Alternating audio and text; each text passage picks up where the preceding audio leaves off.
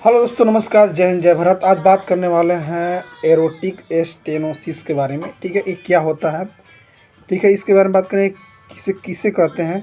फिर बात करेंगे कि एरोटिक क्या होता है। फिर आप महाधमनी स्टेनोसिस की गंभीरता का निर्धारण कैसे कर सकते हैं। ठीक है, इसके बारे में बात करेंगे। फिर एक बार और बात करेंगे, इसका नाम है जैसे गंभीर महाधमनी वाल्व स्टेनोसिस क्या होता है। ठीक है, फिर होता है, फिर बात करेंगे गैर अमवाती महाधमनी वाल्व विकार क्या होता है। ठीक है, मतलब आज 5 टॉपिक पर बात करेंगे। जो भी मेरे चैनल पर नए हैं तो मेरे चैनल को सब्सक्राइब कीजिएगा, सपोर्ट कीजिएगा, बेल आइकन को हिट कीजिएगा। ठीक है, तो बात करते हैं कि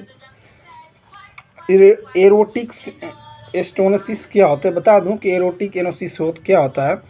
उसे कहते हैं जो एओट्रिकल वाल्व स्टेनोसिस वाल्व का एक संकुचन है जिसके खुलने से वाल्व बाएं वेंट्रिकल से एट्रो एट्रो में और फिर शरीर में जाता है।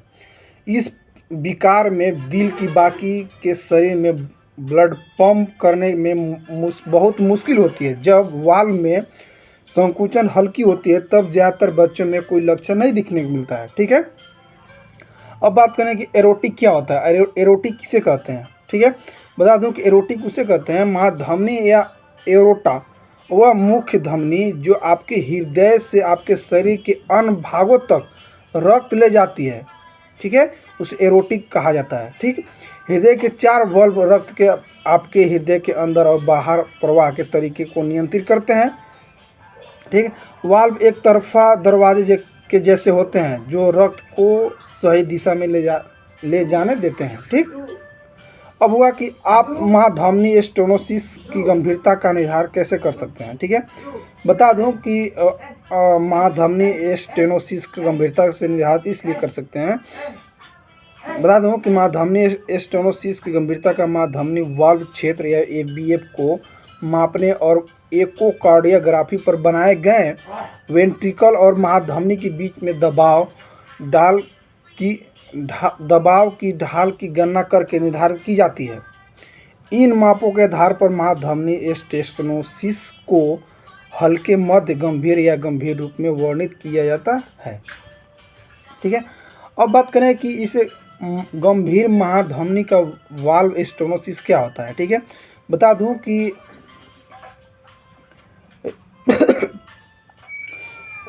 गंभीर महाधमनी वाल्व स्टेनोसिस क्या होता है। बता दूं कि महाधमनी स्टेनोसिस तब होता है जब महाधमनी वाल्व संक्रमित हो जाता है और रक्त समान रूप से प्रवाहित नहीं होती है।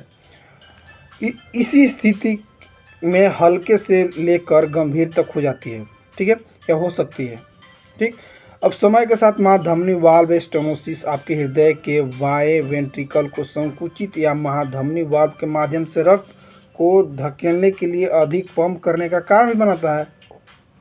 ठीक, इसी को बोलते हैं गंभीर महाधमनी वाल्व स्टेनोसिस। ठीक है, अब बात करें कि गैर अमवाती महाधमनी वाल्व विकार क्या होता है। बता दो कि गैर अमवाती महाधमनी वाल्व विकार उसे कहा जाता है जो यदि आपको मायावती बुखार के कारण हृदय वाल्व रोग हो तो इस अमवाती हृदय रोग कहा जाता है।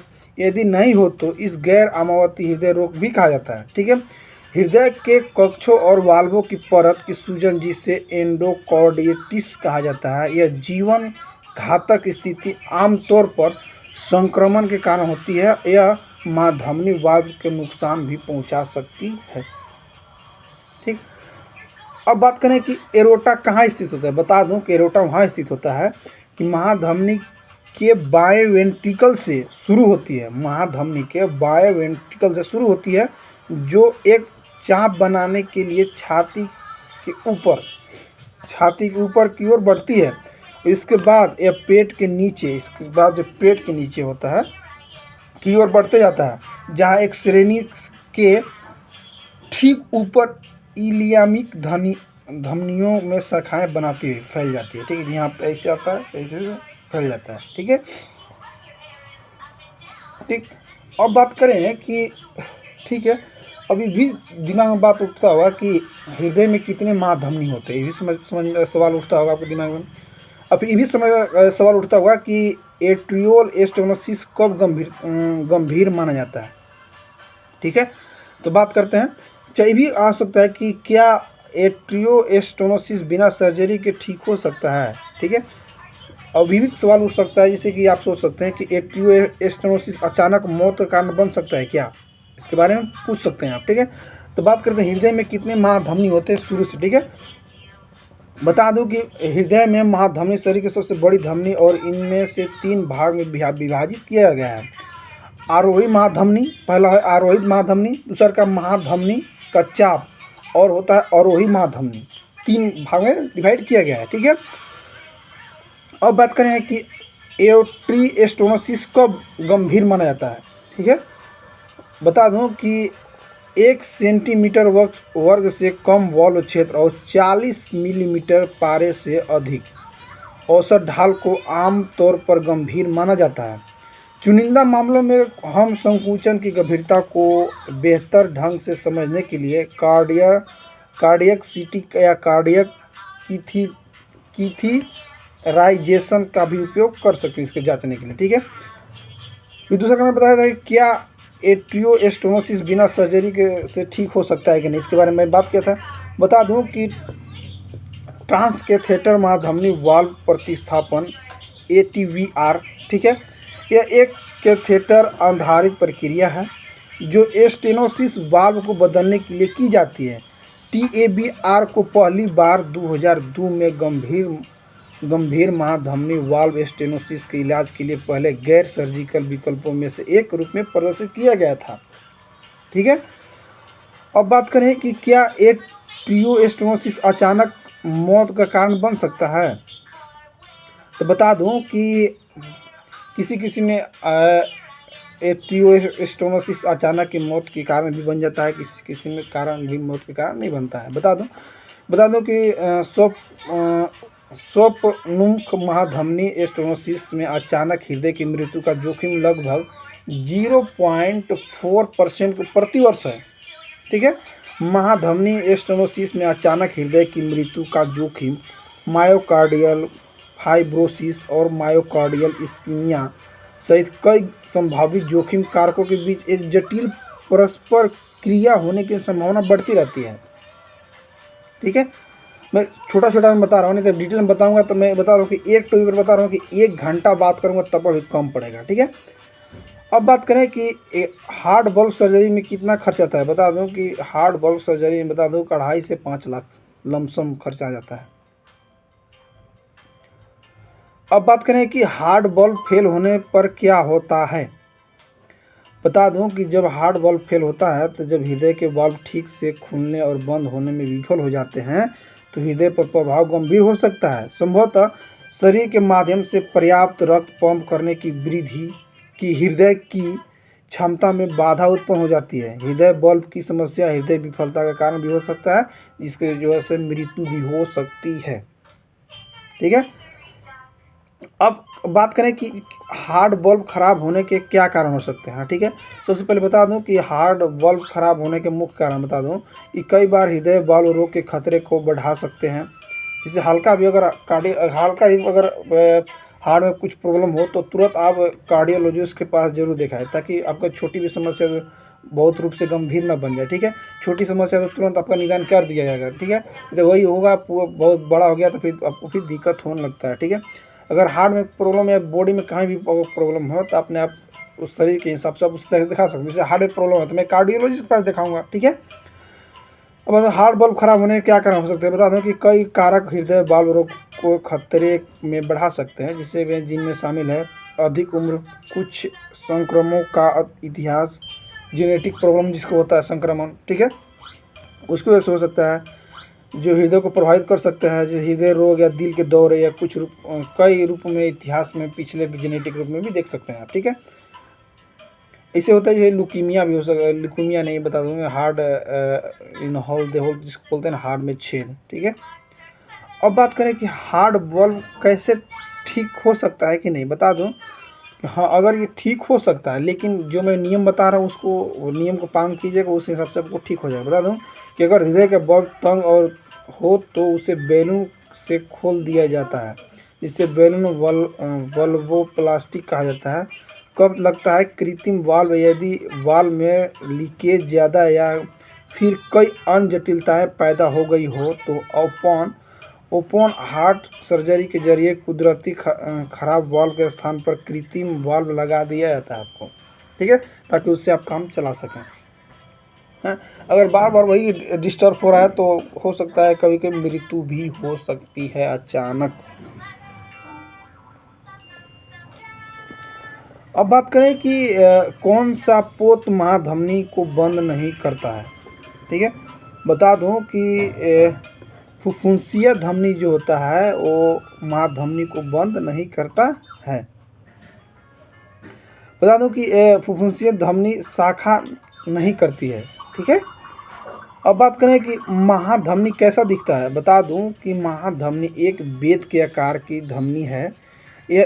यह आपके हृदय की निचले बाएं कक्ष वेंट्रिकल से शुरू होता है। वहां से नीचे की ओर मुड़ने से पहले थोड़ी देर, ठीक है, मुड़ने से पहले थोड़ी देर तक आपके सिर की ओर बढ़ता है। महाधमनी आपके छाती और पेट की गुहा से होकर गुजरती है और आपकी योनि पर समाप्त हो जाती है, ठीक है। अब बात करें कि अगर धमनियों में कौन सा रक्त बहता है। बता दूं कि धमनियों में फुफ्फुसीय धमनी जो अशुद्ध रक्त ले जाती है को छोड़कर सभी धमनियां शुद्ध ले जाती है। मतलब अशुद्ध रक्त छोड़कर बाकी शुद्ध जितने भी रक्त होते हैं सभी का वो सप्लाई करता है, ठीक है। फुफ्फुसीय धमनी दाहिने नीले से अशुद्ध ऑक्सीजन रहित रक्त को फेफड़े में ले जाती है, ठीक है।